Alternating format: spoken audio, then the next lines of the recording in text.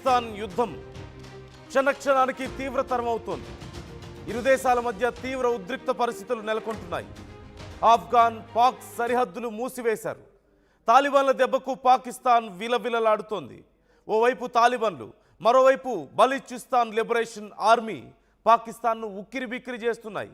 భారత్ సాయంతో పాక్ను అంతం చేయడమే లక్ష్యంగా తాలిబాన్లు స్కెచ్ వేస్తున్నారు. ఆపరేషన్ డ్యూరాన్ పేరుతో తాలిబాన్లు మిషన్ కొనసాగిస్తున్నారు. ప్రపంచ దేశాల సాయం కోసం పాక్ ఎదురు చూపులు చూస్తోంది. పాక్కు మద్దతుగా ముందుకు రావడం లేదు ఏ ముస్లిం దేశం కూడా. ఇటీవలే నాటోకి వ్యతిరేకంగా అరబ్ దేశాలన్నీ ఒకటవడాన్ని మనం చూసాం. సైనిక ఒప్పందాన్ని పట్టించుకోని పరిస్థితుల్లో ఇప్పుడు ఆ అరబ్ దేశాలు ఉంటే పాకిస్తాన్ బిక్కుమంటూ ఎదురు చూస్తోంది. రెండు దేశాల మధ్య యుద్ధంపై ఇప్పటికీ ఒక్క ముస్లిం దేశం కూడా స్పందించని పరిస్థితి కనిపిస్తోంది. కేవలం కొన్ని స్టేట్మెంట్స్ పాస్ చేసి సైలెంట్ అయిపోయినటువంటి పరిస్థితి కనిపిస్తోంది. భారత్తో యుద్ధంలో పాకిస్తాన్కు టర్కీ, చైనా, అజర్బైజాన్, పాలస్తీనా మద్దతు తెలపడాన్ని మనం చూసాం. కానీ ఆఫ్ఘనిస్తాన్తో జరుగుతున్నటువంటి యుద్ధం గురించి కనీసం ఏ దేశం కూడా పెద్దగా స్పందించని పరిస్థితి కనిపిస్తోంది. ఓవైపు కొన్ని స్టేట్మెంట్స్ అయితే పాస్ అవుతున్నాయి కొన్ని ఇస్లాం కంట్రీస్ నుంచి మనం చూస్తూనే ఉన్నాం. కానీ ఇటు ట్రంప్ కూడా స్టేట్మెంట్స్ అయితే పాస్ చేస్తున్నారు. భారత్ పాకిస్తాన్ రెండు మంచిగా ఉండబోతున్నాయి ముందని చెప్తున్నారు. కానీ ఎలా పాసిబుల్ అవుతుంది అనేది ఇక్కడ చాలా కీలకంగా మారింది. ఇక్కడ రెండు విషయాలు మనం గమనించాలి.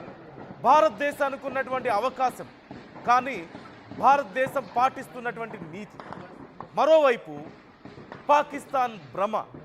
ఇప్పటికైనా పాకిస్తాన్ ఈ భ్రమల్లోంచి బయటకు వస్తుందా రాదా అనేది చాలా కీలకమైన అంశం. ఎందుకని భ్రమల్లో ఉంది అంటున్నానంటే, ముందుగా ఈ విషయం గురించి మాట్లాడుకుంటే, నిన్న మొన్నటిదాకా పాకిస్తాన్ ప్రధాని కానీ లేదంటే పాకిస్తాన్ సైనిక అధ్యక్షులు, మాజీ సైనిక అధ్యక్షులు అందరూ మాట్లాడుతూ ఉన్నారు. భారతదేశం మీద దాడి చేస్తాం, భారతదేశం మీద బాంబులు వేస్తాం, మేము తలుచుకుంటే భారతదేశాన్ని లేకుండా చేస్తాం, పాకిస్తాన్ చాలా బలంగా ఉంది, చాలా గతంతో పోల్చుకుంటే ఇప్పుడు చాలా స్ట్రాంగ్గా ఉంది, భారతదేశం మీద మేము అణుబాంబులు వేస్తామని చెప్పి మాట్లాడడాన్ని మనం చూసాం.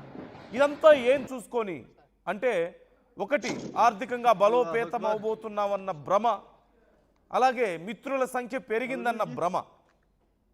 ఎందుకంటే ఈ మధ్య కొన్ని రేర్ ఎర్త్ మెటల్స్ని తీసుకువెళ్ళి ట్రంప్కి గిఫ్ట్గా ఇస్తూ ఒక ఫోటో దిగారు.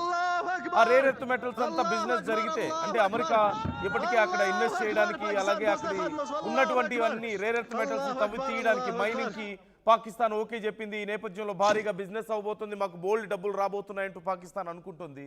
ఇట్స్ ఆల్ ఎ లై. ఇదంతా అబద్ధం. ఎందుకంటే ఆ రేర్ ఎర్త్ మెటల్స్ అన్నీ ఉంది పాకిస్తాన్ ఆర్మీ అధికారంలో ఉన్నటువంటి భూభాగంలో కాదు.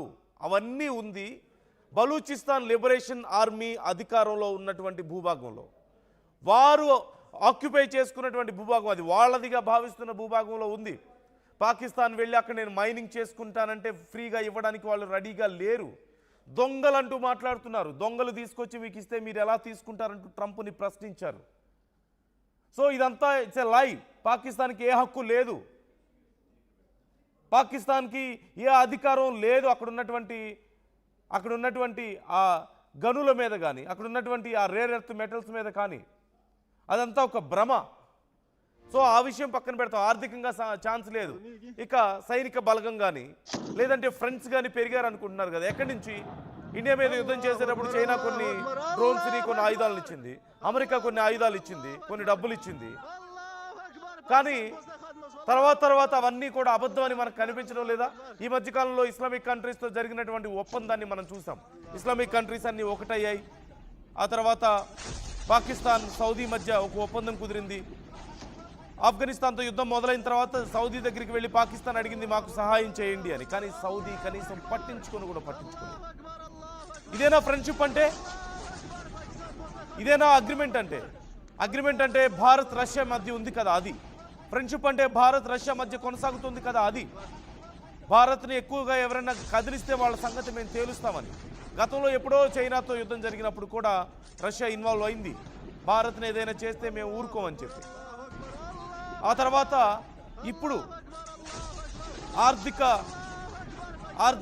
పరమైనటువంటి ఆంక్షల విషయంలో కూడా, అమెరికా విధిస్తున్నటువంటి టారిఫ్స్ విషయంలో కూడా భారత్ నష్టపోతుందా? అయితే మేము మరింత తక్కువకి మీకు ఆయిల్ ఇస్తాం, గ్యాస్ ఇస్తామంటూ భారత్కి మద్దతుగా నిలబడుతోంది రష్యా. భారత్ జోలుకొస్తే ఊరుకునేది లేదు, అవసరమైతే మేము యుద్ధంలో దిగుతామంటూ చెప్పింది గతంలో పాకిస్తాన్ భారత్ యుద్ధం జరుగుతున్న సమయంలో Russia. That is friendship, that is agreement. కానీ అంతా ఒకటయ్యారని